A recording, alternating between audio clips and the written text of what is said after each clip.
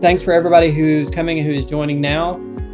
This is part 2 in this series that we're doing jointly with IBI on this subject. We've done, I think when I looked yesterday, this is number 19 or so that we've done jointly over the years together. But this is part 2 of a series that we're doing for this upgrade, WebFOCUS Upgrade Program to 9.3. And very excited to kind of move from last time we did this, which was about a month or so ago, from a more of a discussion on what the program is, and to this one we'll have some of that recap, but a lot of this is set to actually walk through some of the things that people are doing, some of the ones we've already done, some of those stories from that, to give you some real life kind of experience and or at least from our experiences from doing that, and also kind of walk through some of the things that you get from it. So it's meant to be a little bit more, I won't say hands-on because we're not doing a back and forth hands-on, but definitely more for you to see what actually goes on behind the scenes with these, with the ones that we are doing, and continue to encourage you guys to continue to do more of these. Again, the whole purpose of this program was to kind of help make this a much easier process for you guys. Upgrades in the past with WebFOCUS, depending on a lot of different things, could be more or less challenging depending on what they are. It's been our goal working with clients to make this as easy and as seamless as possible for you guys, and so the program is designed for that, and we're excited to be able to kind of show some things for that. So the title of this one is Conquer Your WebFOCUS Upgrade. Again, we always have a great title for these things, but we're again wanting to make sure we continue that, just to let you know how to kind of get through these things. As always, if you guys have come to some of these past ones, the same thing we have in all these. Q&A will be there. We ask you to please use that. If you have questions, we will get to them. If we can't get to them while we're going through this, then we will get to them at the end. We will make sure that we leave no question unanswered, or at least try to attempt to answer. And if we need to get back to you, we definitely will. We will have some polls in this one. We're not trying to beat you up with polls, but we want to make these interactive so you guys have a chance to be able to kind of have some feedback in this. And of course, we use this feedback as we continue to start looking at other topics here in the future. So it's very valuable information. Plus, again, it gives you a chance to interact with us in some way. And of course, we have a giveaway at the end as always. Agenda for this, and on the giveaway, as we always do, we will make sure we do that before the top of the hour. So even if we have more questions, we'll finish those after that. Agenda, of course, we'll do the introduction. I'm going to kind of go into some user upgrade stories from some past ones we've done. We've done hundreds of these, but we grabbed hopefully 3 of these that are pretty recent. One of them that actually is still kind of going, but that we want to kind of walk through and kind of show some of the different aspects of what these can look like. Everybody's looks different, so we want to kind of at least give you a little bit of range of that. Hannah will go through the upgrade program overview, just kind of again make sure everybody understands what that looks like. And then we're going to go deeper into what that journey looks like. Again, we've talked about on past ones about how to use our tool. We call it the code assessment tool. Their nerdier term for it, the flux capacitor that somebody came up with years ago.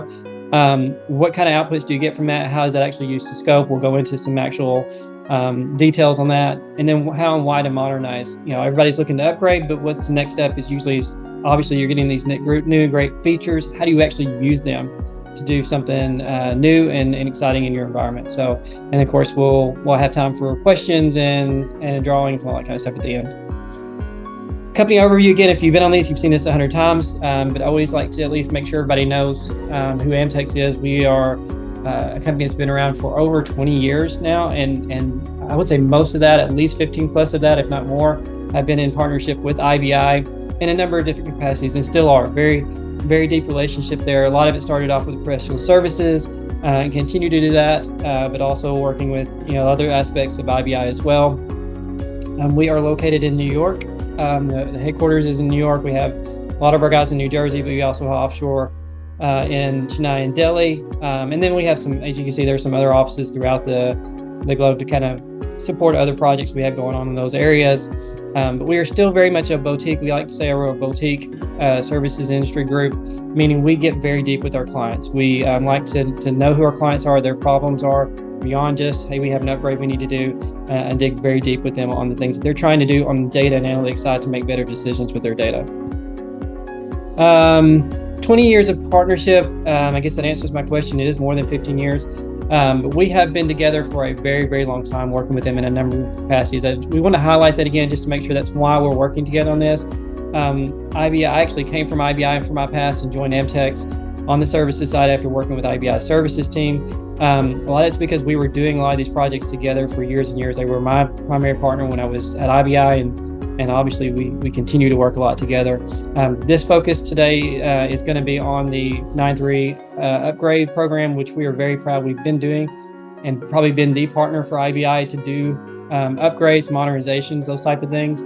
We do a lot of things beyond that, but that has been one key part to our relationship. And so we want to make sure we highlight that as a key part to what we're doing here going forward, and one of the reasons why we decided to work better together on this.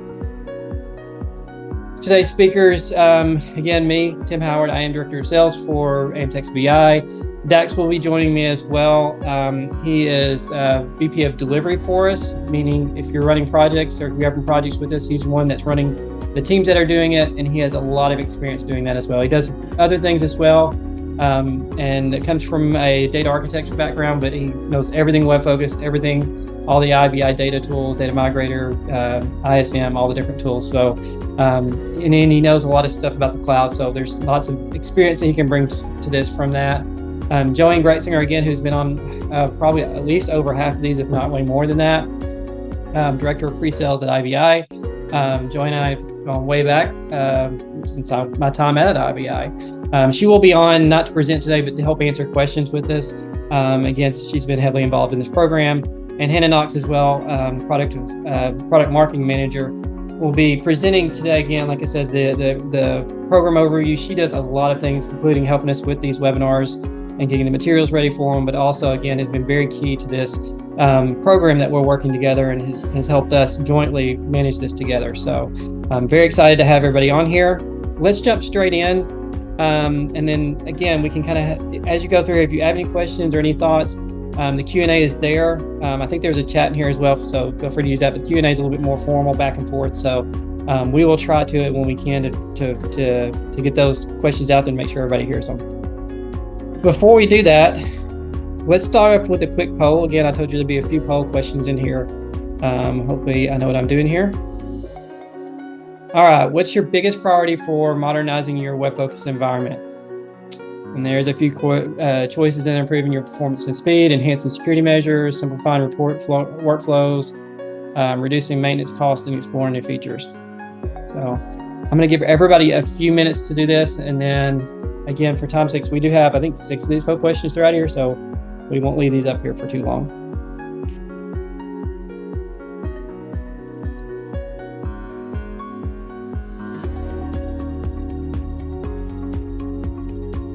All right.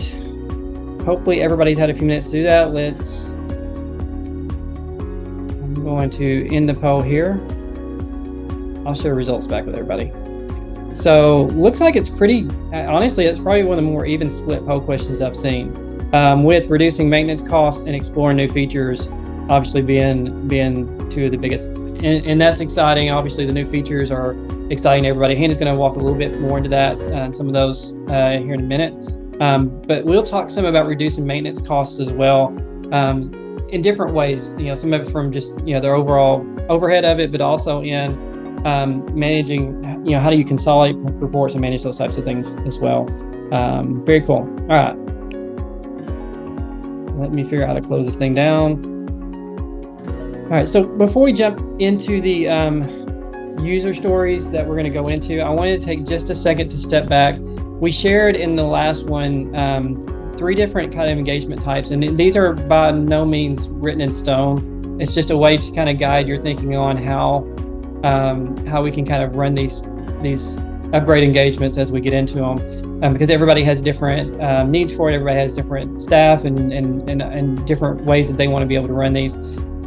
We kind of split them out, and we went through these in a little bit more detail, but I want to highlight each one individually very quickly here. We broke them out into 3 different types. Evaluate is for those who are wanting us to come in. They'll fill out the form, as Hannah will talk about in a minute, get some information on complexity and just general guidance on the WebFOCUS environment upgrade. And then basically they're getting kind of a scoping, and then they'll take it from there, do the upgrade themselves, do the actual remediation if there's any remediation, and then use us if there's need for support along the way.